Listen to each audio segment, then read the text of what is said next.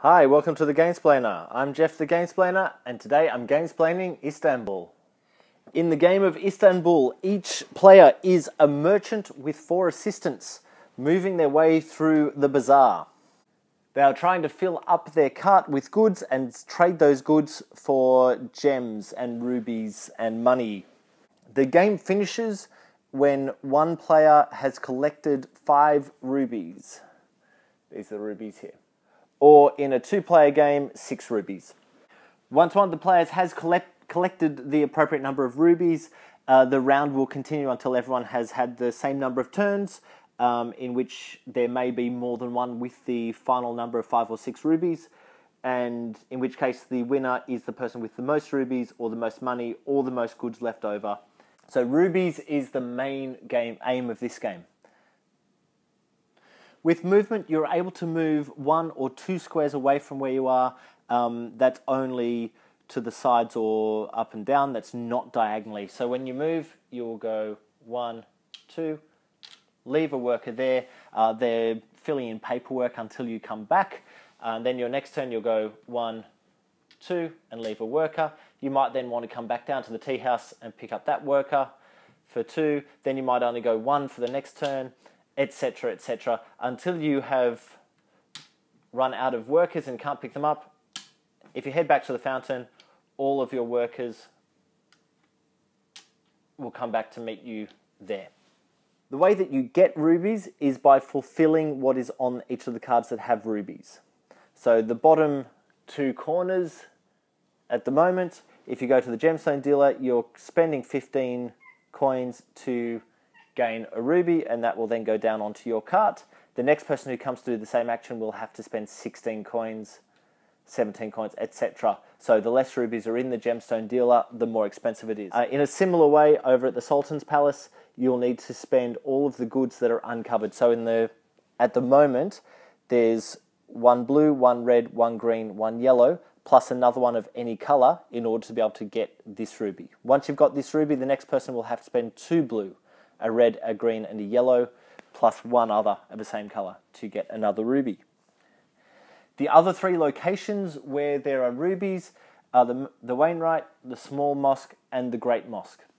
The way to get the rubies off them is to take all of the tiles. So in the Wainwright, you're upgrading your cart 3 times. When you upgrade your cart, you'll take one of those tiles. It'll cost you 7 coins. Take one of those tiles and put it into the space on your own cart. From now on, whenever you fill up on one of the goods, you can actually hold 3 goods, and then 4 and 5 when you get the other 2. So once you've filled up all 3 of those spaces on your cart, you'll take the ruby from the Wainwright. And then with the mosques, there are 2 different tiles on the mosque. When you go to the mosque, you're going to have to show that you have the appropriate number of that coloured tile, so green, which this guy does. He'll have to have 2 in order to claim this tile, but then he only spends 1 of those in order to claim the tile. Once you've claimed the tile, you can then action the bonus on that tile once per turn.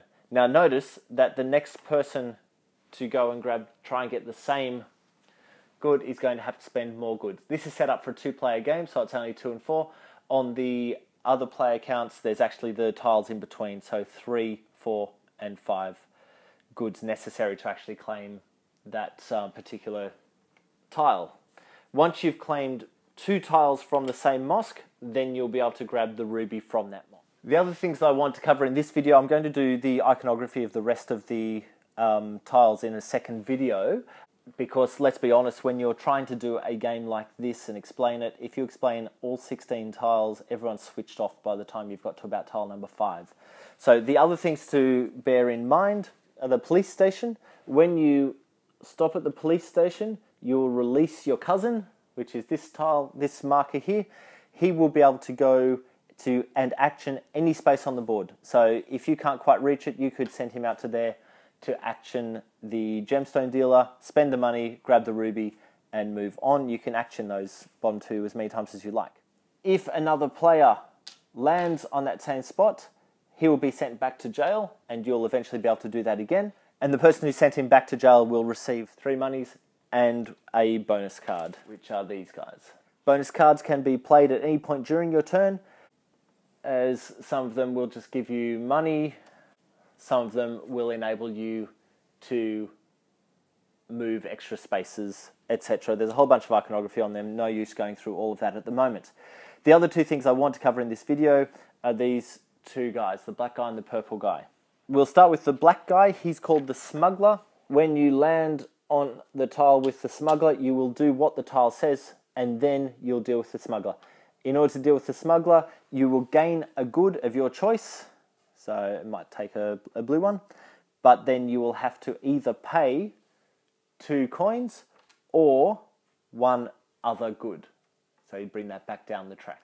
Once you've dealt with the Smuggler, you roll the 2 dice and move him to the tile that has the number on the dice, so in this case the 10 tile. So the next person who goes onto this tile will come up against the Smuggler, have the option to do exactly what you just did and then move the Smuggler again. The Governor will move in exactly the same way, but he deals with bonus cards. So when you action him, you draw the top bonus card from the deck and either pay 2 coins or get rid of one of the bonus cards that's in your hand.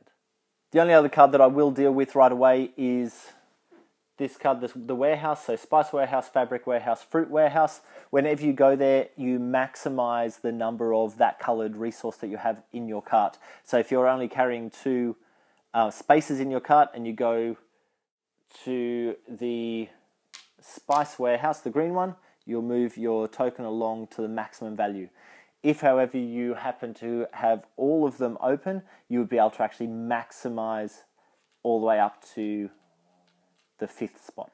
The only other rule to be aware of is that if you happen to move onto a space where another player's merchant is, you will have to pay them 2 monies. If you're unable to pay them the 2 monies, you're not allowed to actually use the actions on the tile.